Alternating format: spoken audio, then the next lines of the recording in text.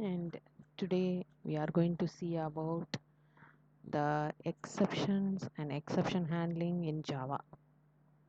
Now, this exceptions, it is nothing but an unwanted and unexpected event which occurs during the execution of a program. That is during the runtime. When you are going to run a program at that situation, if you encounter any error at that time, you will be finding it in the form of an exception. And this exception, it occurs during the runtime and it interrupts or disrupts the normal flow of a program instruction.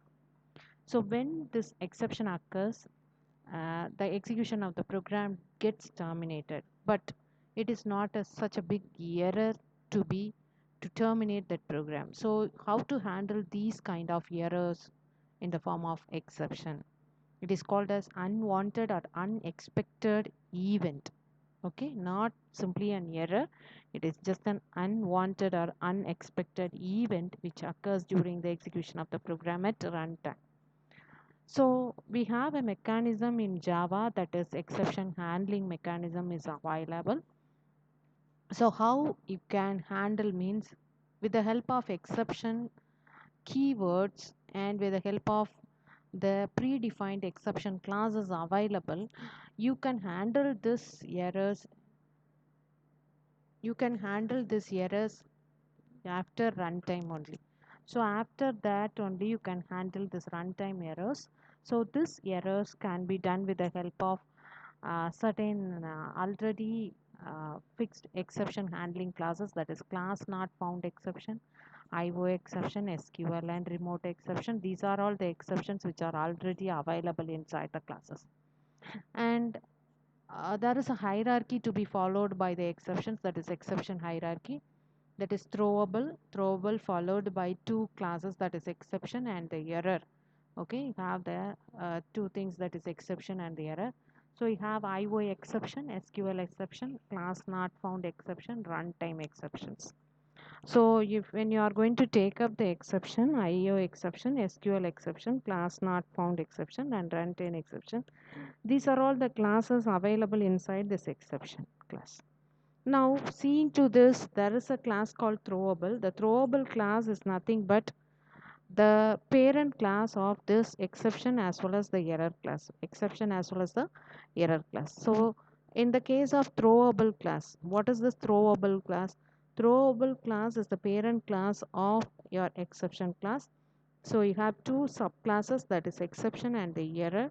And exception, it is being divided into certain kinds based upon their types. So you have IO exception, SQL exception, class not found exception, or runtime exception. So IO exception, it is purely based upon the input output basis exceptions which are available. And if you do any input output operations and if there is any exception arise, it will be handled with the help of this IO exception. And the next one is SQL exception. SQL exception is nothing but when you are going to do any SQL queries, if you are going to implement any SQL queries into your program, at that situation you will be having this SQL exception. And class not found exception, if you are having any class, you have included any class into your program, and if the class is not available for the program to access, then you can find this exception. If you have not included any class which is not available, if you have included any class which is not available, then it will show an exception as class not found exception. And runtime exception, again it is divided into certain instances, that is arithmetic exception, that is when you divide certain number by 0, then it cannot be divided, so it gives you certain arithmetic exception. And null pointer exception, if you point out a variable which is defined by the null pointer, then it comes. Number format exception, if you change the format of the numbers, then it will. Index out of bounds, you have two index, that is array index out of bounds and string index out of bounds. Array index is nothing but you will be having your arrays classes, array classes with arrays. If you are going to access the member variable out of the index of an array, then it gives you the array index out of bounds exception. And here you have the string index out of bounds exception. And error, we have three errors available, that is stack overflow error, virtual machine error, and out of memory error. And the java.lang.throwable class is the root class of the Java exception hierarchy, and it is divided into subclasses exception and error. These are all the things we are going to see it in the next few minutes. And when you are going to handle this exception, you would be having two things. One is throwing and catching. You have to handle with certain keywords. The keywords are try, catch, throw, throws, and final. Okay, you are going to handle this exception with the help of certain keywords only, along with the classes what we have seen already. So along with the classes what we have seen already, we are going to take up these keywords. So what are these keywords means? Try, catch, throw, throws, final. Okay, try, catch, throw, throws, final. So what are these keywords? These five keywords. The first keyword is the try. Try is nothing but you are going to give certain statements that may cause exception. That is, you may feel that certain statement might cause exception. So these statements can be given inside the try block. Okay, the try block is nothing but it is going to hold the statements that you feel that it will cause exception. Okay, this code has to be encapsulated within this try code. That is, try this thing. Okay, and the segment in the example label code contains one or more legal lines of code that could throw an exception. That's the first step in constructing an exception handler, is to enclose the code that might throw an exception within a try block. So generally how to write a try block? Try followed by the open curly brackets and the statements. What are all the statements you feel that it cause exception? You can hold it inside and give it as catch and finally blocks that will be explained later. And the next one is the catch block. Definitely, if you have a try block, then it has to be followed by either a catch block or a finally block. So catch block is used to handle the uncertain condition of a try block. So what are all the condition arised inside the try block will be handled, will be catched up by the catch statement, and it can be printed for the user use. That is, catch block is used to handle the uncertain condition of try block. A try block is always followed by a catch block which handles the exception that occurs in associated try block. Okay, a try block is always followed by a catch block which handles the exception that occurs in associated try block. So try followed by catch, exception, type, name. And the finally block is nothing but the finally block always executes when the try block exists. Finally is nothing but final step of the statements will be done.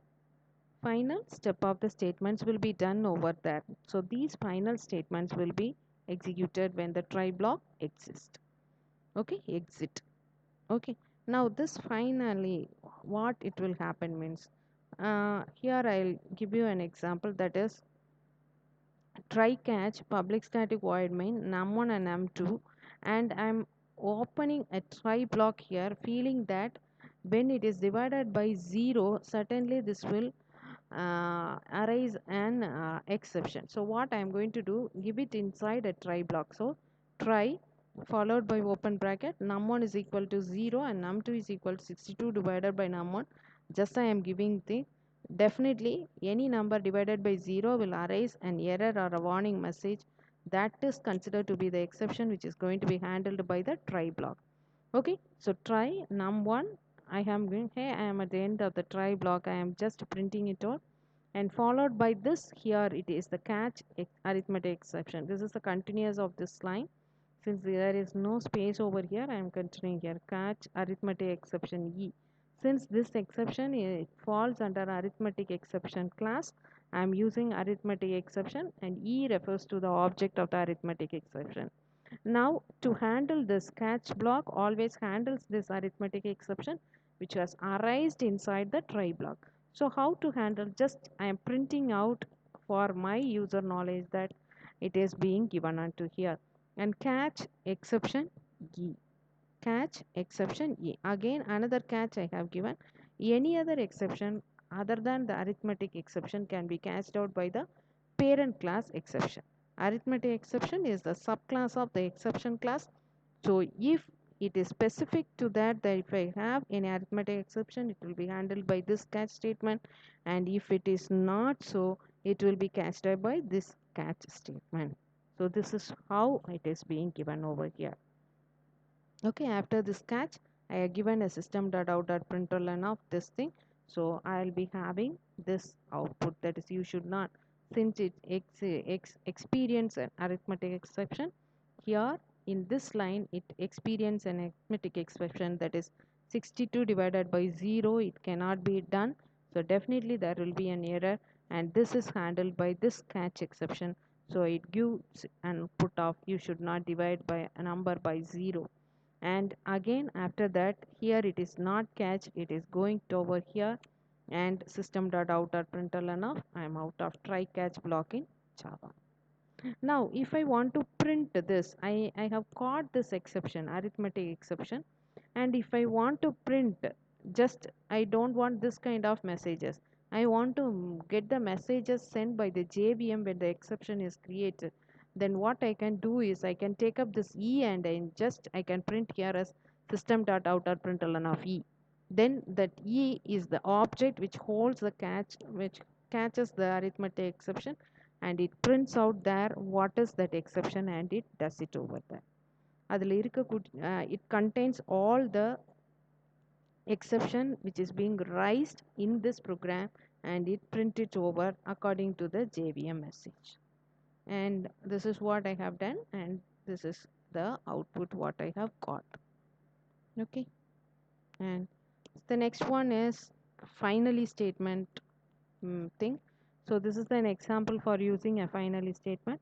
So public static void main int a is equal to 10, b is equal to 5, and c is equal to 5 result. So result is equal to a divided by b minus c I am giving. If the b minus c is 0, then you cannot divide it. So definitely there arises the arithmetic exception. So for that I am using try catch arithmetic exception. And finally after doing all this thing, I am printing it like this. So what's the output I will be getting means, if it is 5 and C is 5, then I will be getting these two statements, that is exception caught, division by 0, I am in final block. But if it is a single statement, what I am going to take A divided by B minus C, then if the B value is 6 and C value is 5, then I will not be getting anything, because 10 divided by 6 minus 5, it will be 1. So 10 divided by 1, it will be worked out, not a problem. There will not be any exception. So what will happen over next? It will go to the finally statement, and I will print it as I am in a final block. This is the option for your catch and the try finally. Next is the keyword throw and throw keyword. So what is this throw keyword means? If you are going to explicitly throw any exception, if you want to throw your exception explicitly, then you can take up the throw keyword. Okay.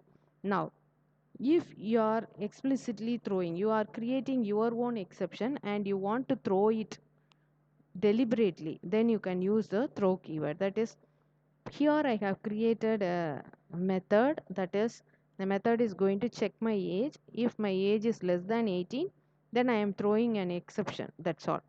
Or else I am telling me that I am eligible to vote, that's all. So public class main, if age is less than 18, if I want to explicitly throw my own exception, then what I can do is throw, I am going to give arithmetic exception. Any exception name I can give. Just if I want to give throw new exception, it is possible. Throw new exception of not eligible to vote and drive, and I am printing. Else giving here a system.out.println of eligible to vote and drive. What happens over here? Inside the main, I am sending the passing a value of value 10 to this method. This method, by seeing this, the program execution comes over here, checks with the int age value it's being taken.